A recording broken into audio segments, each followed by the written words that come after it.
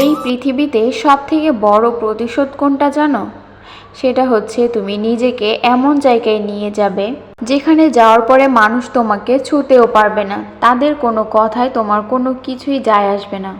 যারা তোমার শত্রু, যারা তোমার ভালো চায় না, তাদেরকে যদি সঠিক পথে ফেরাতে চাও বা প্রতিশোধ নিতে চাও, তাহলে নিজেকে এমনভাবে গড়ে তুলতে হবে যে জায়গায় গেলে সেই মানুষগুলো যেন তোমাকে ছুঁতে পারবে না। হ্যালো এভরিওয়ান, আসসালামু আলাইকুম। বাংলাদেশি ব্লগার মম মিতু চ্যানেল থেকে আমি মিতু বলছি। নতুন আরও একটা ব্লগ ভিডিও দেখার জন্য সবাইকে আমার চ্যানেলে ওয়েলকাম জানাচ্ছি। আশা করছি আল্লাহর রহমতে সবাই ভালো আছেন, সুস্থ আছেন। আলহামদুলিল্লাহ, আমরা সবাই ভালো আছি। সকাল থেকে ব্লগ ভিডিওটা শুরু করেছি। সকালে একদম হালকা পাতলা নাস্তা করব। আমার হাজব্যান্ড হচ্ছে বাইরে নাস্তা করবে অফিসে গিয়ে। আর মেয়ের জন্য আমি এখানে কলা দিয়ে প্যানকেক বানিয়ে নিয়েছি, কলা, ডিম আর ময়দা মিক্স করে। আর আমি এখানে একটু চাপটি বানাতে নিয়েছিলাম, তো চাপটি হচ্ছে না তেলের মধ্যে বেশ ভালো হয় না, মানে তেলে যে কড়াইগুলো হয় ওই কড়াইতে ভালো হয় না, এটা হচ্ছে তেল ছাড়া খুব ভালো হয়। তো যাই হোক, একটা ডিম পোচ করে নিয়েছি আর চাপটি বানিয়ে খেয়েছি। আর এখন হচ্ছে যে দুপুর হয়ে গিয়েছে, 11টা বেজে গিয়েছে। তো ঘরটা সব কিছু গুছিয়ে তারপর একটু ঝাড় দিয়ে নিলাম, বিছানাটাও সুন্দর করে পরিষ্কার করে নিয়েছি। আর পুরো বাসাটা এখন ঝাড় দিয়ে নিয়েছি। তারপরে মেয়ের জন্য একটু খিচুড়ি বসিয়েছি প্রেসার কুকারে।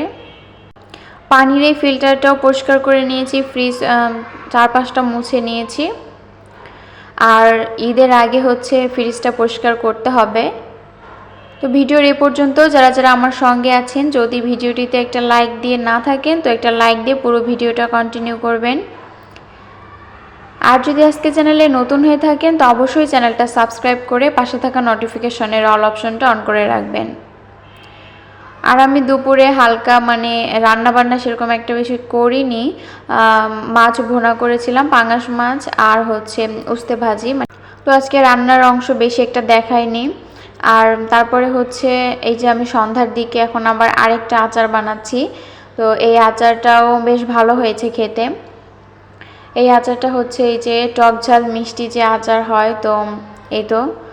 আর আমি যে আচারগুলো বানিয়েছি, তো আচারের মধ্যে সিরকা দেইনি, আমার কাছে হচ্ছে সিরকা ছিল না। আর যেহেতু একদমই অল্প পরিমাণে বানিয়েছি, দেখেই বুঝতে পারছেন, তো কয়েকদিন খেলেই শেষ হয়ে যাবে, সেই কারণে আর সিরকাটা দেওয়ার প্রয়োজন মনে করছি না। আর এই যে এখন সন্ধ্যার দিকে হচ্ছে আমার সন্ধ্যা না, তার কি সন্ধ্যা হবে তার কিছু সময় আগে আমার মেয়েকে একটু আইসক্রিম দিয়ে খুশি করলাম। ওর বাবা আইসক্রিম এনেছিল, তো এটা দেখে সে তো অনেক খুশি হয়ে গিয়েছে। আর বাইরে বৃষ্টিও নামছে।